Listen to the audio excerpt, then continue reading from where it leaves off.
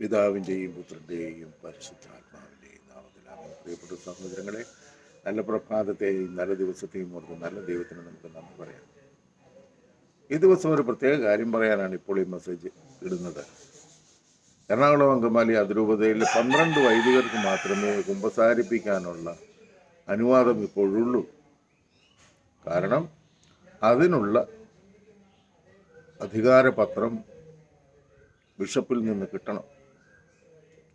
അത് കിട്ടിയിട്ടില്ല. അപ്പോൾ ഓരോ വർഷവും ഇത് പുതുക്കി വേണം നിൽക്കാൻ. ഇവർക്കിപ്പോൾ ഈ കുമ്പസാരിപ്പിക്കാനുള്ള കാര്യങ്ങൾ കിട്ടിയിട്ടില്ല. ഒന്ന്. രണ്ടാമത്, ഇവർ കുമ്പസാരിച്ചാൽ പാപം മോചിപ്പിക്കപ്പെടുകയില്ല. ഇത് നമുക്ക് കാണണമെങ്കിൽ അപ്പസ്തോല പ്രവർത്തനങ്ങളിലും നോക്കിയാൽ മതി, കൃത്യമായിട്ട് അറിയാം. അവിടെ സ്കേവയുടെ പുത്രന്മാർ ചില കാര്യങ്ങൾ ചെയ്യുന്നുണ്ട്. പൗലോസൊക്കെ ദൈവനാമത്തിൽ പ്രാർത്ഥിക്കുമ്പോൾ സാത്താൻ വിട്ടുപോകുന്നു, രോഗികൾ സൗഖ്യപ്പെടുന്നു, ഇങ്ങനെയൊക്കെയുള്ള സംഭവങ്ങളുണ്ടായി. അത് കണ്ടിട്ട് പൗലോസ് പറയുന്ന അതേ നാമം തന്നെ സ്കേവയുടെ പുത്രന്മാരും എടുത്ത് ഉപയോഗിക്കുക. പറയാണ്, പൗലോസ് പ്രസംഗിക്കുന്ന യേശുവിൻ്റെ നാമത്തിൽ എന്ന് പറഞ്ഞുകൊണ്ട് ശാസിക്കുന്നു. സാത്താൻ തിരിച്ചൊരു ചോദ്യം ചോദിക്കുന്നുണ്ട്. ക്രിസ്തുവിനെ യേശുവിനെ ഞങ്ങൾക്കറിയാം, പൗലോസിനെ ഞങ്ങൾക്കറിയാം, നീ ആരാണ് എന്ന് പറഞ്ഞാൽ ദൈവിക അധികാരമില്ലാത്ത നീ ആരാണ്? അനുസരണയില്ലാത്ത നീ ആരാണ്? അതുകൊണ്ട് കുമ്പസാരം എന്ന കൂദാശ പരികർമ്മം ചെയ്യപ്പെടുമ്പോൾ അതിനുള്ള അനുവാദം മാർപ്പാപ്പയോടും സഭയോടും ചേർന്ന് നിൽക്കുന്നവർക്ക് മാത്രമേ അതിനുള്ള അവകാശമുള്ളൂ.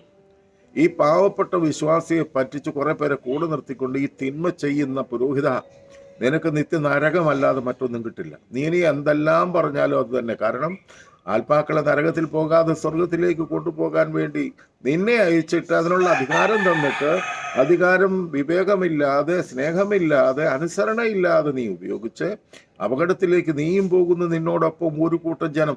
എറണാകുളം അങ്കമാലി അതിരൂപത ടിക്കറ്റ് എടുത്തിരിക്കുന്നത് മുഴുവൻ ഈ ഇവിടുത്തെ പാവപ്പെട്ട ദൈവജനത്തെ പറ്റിച്ചുകൊണ്ട് ഈ പുരോഹിത വർഗം ചവിട്ടിക്കൂട്ടി നശിപ്പിച്ച് സാത്താന് തീറെഴുതിയിരിക്കുന്നു. തിരിച്ചറിയണമേ. ഈ തിരിച്ചറിവ് നമുക്കുണ്ടാകണം. നിങ്ങളിൽ ആരെങ്കിലും ഒക്കെ കുമ്പസാരിക്കുന്നെങ്കിൽ നമ്മുടെ ലാറ്റിൻ പള്ളിയിൽ പോയി കുമ്പസാരിക്കുക. കാരണം അവിടെയുള്ള അച്ഛന്മാർക്ക് അതിനുള്ള അനുവാദമുണ്ട്. അതുപോലെ തന്നെ ഇൻലിസിറ്റായിട്ട് കുർബാന സ്വീകരിക്കാതിരിക്കുക. ഇപ്പം പാലാരിവട്ടം പള്ളിയിൽ പരിശുദ്ധ കുർബാന വെച്ച് ആരാധിക്കുന്നു എന്നാണ് പറയുന്നത്. ചുമ്മാതാണ്, ഇത് കള്ളത്തരമാണ്. കാരണം അവിടെ എഴുന്നള്ളിച്ച് വെക്കുന്നത് വെറും ഓസ്തി മാത്രമാണ്, വെറും അപ്പമാണ്.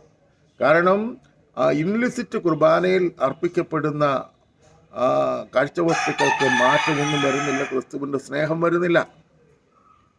കാരണം അനുസരണയില്ലാത്തത് കൊണ്ട്. പരിശുദ്ധ കുർബാന എന്ന് പറയുന്നത് പിതാവിനെ പുത്രൻ അനുസരിച്ചതാണ് പരിശുദ്ധ കുർബാന. അതിന് താഴേക്ക് ആ അധികാരം കൈമാറിക്കൊടുത്തപ്പോൾ കയ്യിൽ കിട്ടിയവൻ അത് വിവേകമില്ലാതെ ഉപയോഗിക്കുന്നെങ്കിൽ, ദൂർത്തപുത്രനെ പോലെ ഉപയോഗിക്കുന്നെങ്കിൽ നിത്യനാശത്തിലേക്കാണ് പോകുന്നത്.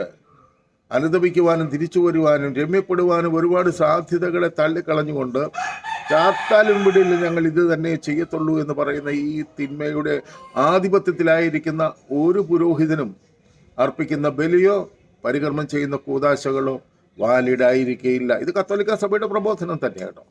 ചുമ്മാതെ കുഞ്ഞുമോനെന്ന് പറയുന്ന ആളിൻ്റെ ബോധത്തിലൊന്നും കിട്ടിയ കാര്യങ്ങളൊന്നും അല്ലി പറഞ്ഞത്. കാരണം സഭയെ പറ്റിയും സഭയുടെ പഠനങ്ങളെ പറ്റിയും സഭയുടെ അധികാരത്തെ പറ്റിയും എന്താണ് പരിശുദ്ധാത്മാവിലൂടെ സഭയെ നയിക്കപ്പെടുമ്പോൾ എന്തൊക്കെയാണ് സംഭവിക്കുന്നതെന്ന് കൃത്യമായി അറിയാവുന്നത് കൊണ്ട് പറയുന്നതാണ്. അതുകൊണ്ട് വെറുതെ പോയി കുമ്പസാരിക്കുന്നു എന്ന് പറഞ്ഞ് കുറെ കാര്യങ്ങൾ, നിങ്ങളുടെ വിഷമങ്ങളും വേദനകളും പാവങ്ങളും പറയുമ്പോൾ അവ നീക്കപ്പെടുന്നില്ല. ആ തിരിച്ചറിവ് നമുക്കുണ്ടാകണം. അതുകൊണ്ട് പ്രിയപ്പെട്ട സഹോദരങ്ങളെ, ഈ ഒരു മെസ്സേജ് ഇടാനാണ്. ഇത് കഴിയുന്നിടത്തോളം ഷെയർ ചെയ്ത് പോകണം. കാരണം ഇത് ദൈവജനത്തെ പറ്റിക്കുന്ന ഈ ഒരു അവസ്ഥ എല്ലാവരും അറിയട്ടെ. ആമേൻ. കൊള്ളാമെങ്കിലൊന്ന് ഷെയർ ചെയ്ത് സഹായിക്കണേ.